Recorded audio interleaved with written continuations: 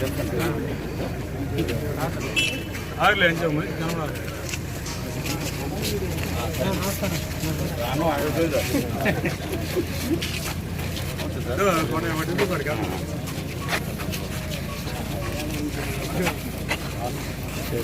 ఏదన్నా మంచిగా నమస్కారం నాన్న నమస్కారం హలో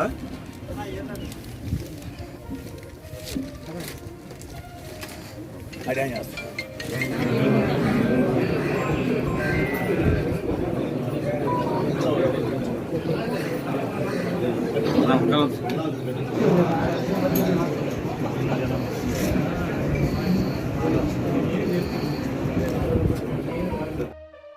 వాకాడు మండలంలో మా సీనియర్ నాయకుల ఇళ్లలో చనిపోయిన వాళ్ళు ఉన్నారు కాబట్టి చనిపోయినప్పుడు పోలేకపోయినాను. ఇప్పుడు ఆంధ్రాలో కూడా మా నాయకులు మదిరెడ్డి గారు, విజయశేఖర రెడ్డి గారు అన్ని ఇళ్ళపై పరామర్శిద్దామని చెప్తే వాళ్ళకి ఈరోజు వెళ్తున్నాము. అలాగే పల్లెపల్లిగా అధికారులందరూ కూడా రమ్మన్నాం. ఆల్రెడీ గూడూరు నియోజకవర్గంలో ఎన్ఆర్డీఎస్ కింద 10 కోట్ల రూపాయలు శాంక్షన్ అయింది. దానికి సంబంధించిన ప్రపోజల్స్ అన్నీ కూడా ఈరోజు ఇవ్వమని చెప్తున్నాం. అలాగే మినీ గోకులాలు అవి కూడా ఎస్పెషల్లీ వాకాడు మండలంలో 30 శాంక్షన్ 30 చేస్తారు. మళ్ళీ నెక్స్ట్ ఫేజ్లో 20 చేస్తారు. మొత్తం మీద మినీ గోపురాలు నియోజకవర్గం మొత్తం మీద దాదాపు 300 మినీ గోపురాలు శాంక్షన్ అయినాయి. దానికి కూడా అప్లై చేయమని చెప్పి మేము కార్యకర్తలు తెలియజేస్తున్నాము. ఎవడో తెలియజేసిన అందరూ కూడా ఏదన్నా ఉంటే పేదవాడు మీరు నాయకుల దగ్గరికి పోలేకపోతే దయచేసి నన్ను సంప్రదించండి, అవకాశాన్ని వాడుకోండి. ఈరోజు మీరందరూ పేదవాళ్ళ సహాయంతోనే నేను ఎమ్మెల్యే అయినాను. గొప్పవాళ్ళు ఎవరు మనకు చేయలేదు. ఇక్కడ మనం చేసినంత పేదవాళ్ళు కాబట్టి పేదవాళ్ళ విషయంలో ఎక్కడ కూడా రాజకీయ సమస్య లేదని చెప్పి నేను తెలియజేస్తున్నా. అట్లాగే ఇటీవల ఏదో మాటలు చాలా అంబేద్కర్ గారు గుర్తించారు. అంబేద్కర్ గుర్తించిన ఆయనకి పాలాభిషేకం చేస్తా కూడా ఇప్పుడు దాకా ఎస్సీలు 4 ఏళ్ళు దొరికింది మీరు, మేము కాదు. ఈ వాకాడు మండలంలో ఎస్సీలని ఎస్టీలని బీసీని అణగదొక్కింది మీరు ఒక పెద్ద మనుషులాగా మీరు మాట్లాడడం అనేది మంచి పద్ధతి కాదు. అసలు ముందు మిమ్మల్ని ఎందుకు ప్రజలు తిరస్కరించారో ఒకసారి అర్థం చేసుకోమని చెప్పి తెలియజేస్తున్నాం. మీరు కూడా పోటీ చేశారు కదా, ఎందుకు ప్రజలు తిరస్కరించారు? మీరంతా నిరామూలు అయితే, అంత పని చేసేవాళ్ళు అయితే, మీరు అంత ఎస్సీల పైన ప్రేమ ఉంటే ఈరోజు మీ మండలంలో వాకాడు మండలంలో 7,000 9,000 మైనస్గా ఉన్న తెలుగుదేశం పార్టీ ఈరోజు 500 మైనస్ చేసిందంటే మీరు ఏమాత్రం ఎస్సీ ఎస్టీ బీసీల పైన ప్రేమ చూపిస్తున్నా అర్థమవుతుందని చెప్పి నేను తెలియజేస్తున్నా. నేను చెప్పేదంటే ఊరికే ఉపరూప మాటలొద్దు. ఆ ఎమ్మెల్యే లాగా ఉండాలి, ఈ ఎమ్మెల్యే లేకుండా ఏ ఎమ్మెల్యే స్టాండ్ ఆ ఎమ్మెల్యే. ఎల్లకాలం మీ ఇళ్ళకాడ మీ ట్రాక్టర్ స్టాండ్లో కూర్చొని చేయమంటే సునీల్ కుమార్ చేయడు. అర్థమైందా? నేను ప్రజలు ఎన్నికైనా మీరు చేస్తే నేను గెలవాలా, నా ప్రజలు పేదవాడు నాకు చేశాడు కాబట్టి మీరు చెప్తే నాకు అవసరం నాకులే. మీరేమో ఎమ్మెల్యేలు కాదు, మీరేమో మున్సిపల్ చైర్మన్లు కాదు, ప్రజల నుంచి ఎక్కడ కూడా సర్పంచ్ కూడా గెలిచే పరిస్థితి లేదు.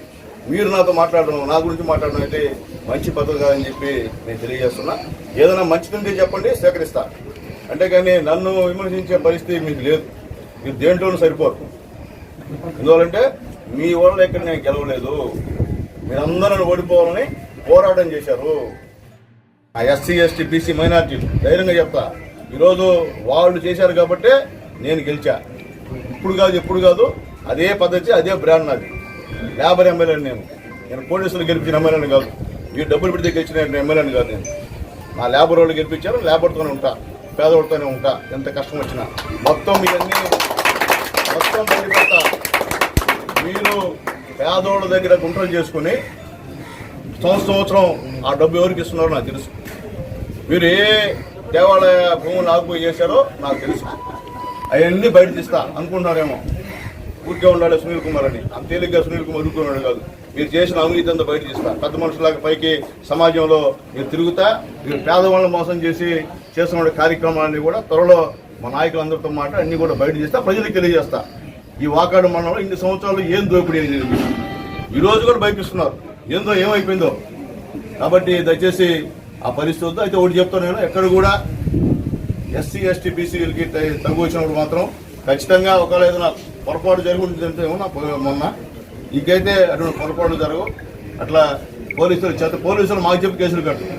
గతంలో మీరున్నారు, ఏమంటారు భయపిచ్చి చేసుకున్నారు. మేము ఆ పరిస్థితి కాదు, మా నాయకులు పోలీసులు అంటే ఎప్పుడు గౌరవం, చట్టం అంటే గౌరవం. మాది రాజారెడ్డి రాజ్యాంగం కాదు, మాది అంబేద్కర్ గారి రాజ్యాంగం. కాబట్టి అలాంటి విషయాలు ఏమైనా ఉంటే ఖచ్చితంగా ఎవరైతే ఎందుకంటే అవతల కూడా పేదవాళ్ళు కాబట్టి పేదవాళ్ళతో రాజీ నాది ఎప్పుడు, మీతో అయితే రాజీ కాదు.